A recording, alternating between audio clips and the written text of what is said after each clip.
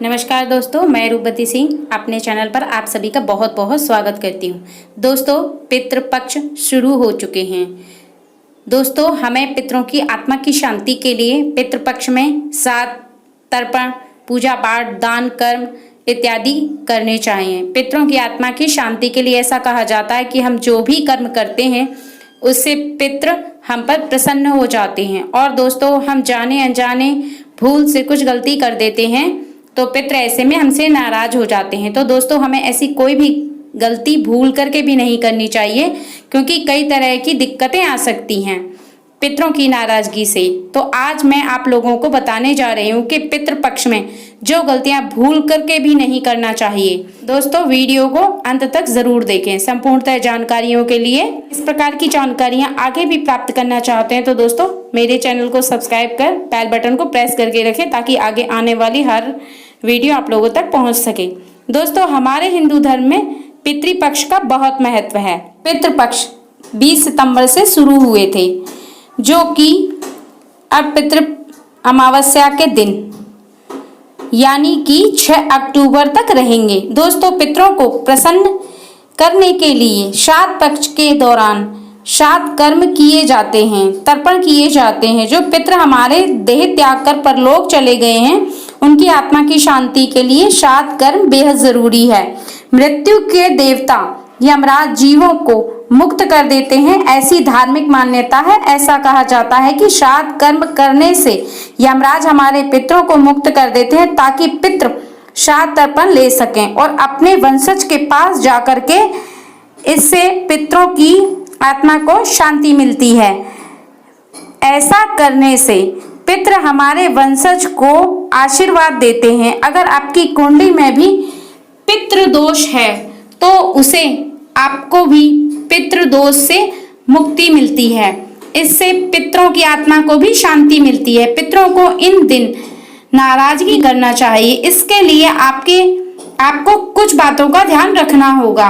और कौन सी वो बातें हैं जिनका आपको ध्यान रखना चाहिए, मैं आपको बता दूं। गलतियां हमने नहीं करनी चाहिए। पितृपक्ष के इन गलतियों से बचें दोस्तों, पितृपक्ष जब तक चले यानी कि इन 15 दिनों तक आपको सात्विक भोजन करना चाहिए। ऐसा बताया जाता है कि इन 15 दिनों में शुद्ध भोजन ही करना चाहिए। जिस दिन आपके पितरों की तिथि है उस दिन आप श्राद्ध, तर्पण, पिंडदान करें, परंतु बाकी के इन दिनों में भी शुद्धता का विशेष ध्यान रखना चाहिए। दोस्तों, श्राद्धों में यानी 15 दिनों में परिवार में जो व्यक्ति श्राद्ध कर्म करता है उसे इन 15 दिनों में बाल नहीं कटवाने चाहिए। अगर हो सके तो बच्चे यानी जो लड़के हैं छोटे परिवार के, वो भी इन दिनों बाल नहीं कटवाएं। इससे उन्नति में रुकावट पैदा होती है, क्योंकि समय जो होता है कि श्राद्धों में हमारे पितृ पृथ्वी लोक पर आते हैं, तो ऐसे समय में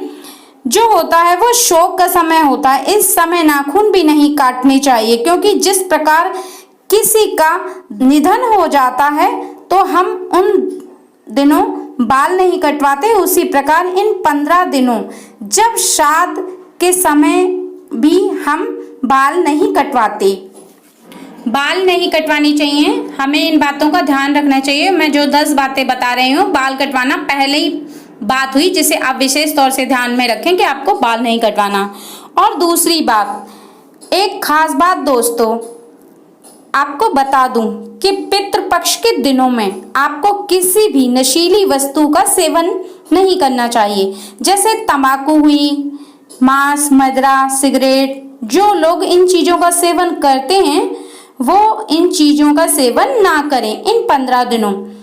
और तीसरा है, जो वंशज पितृपक्ष के दौरान श्राद्ध कर्म करते हैं उन्हें ब्रह्मचर्य का पालन जरूर करना चाहिए।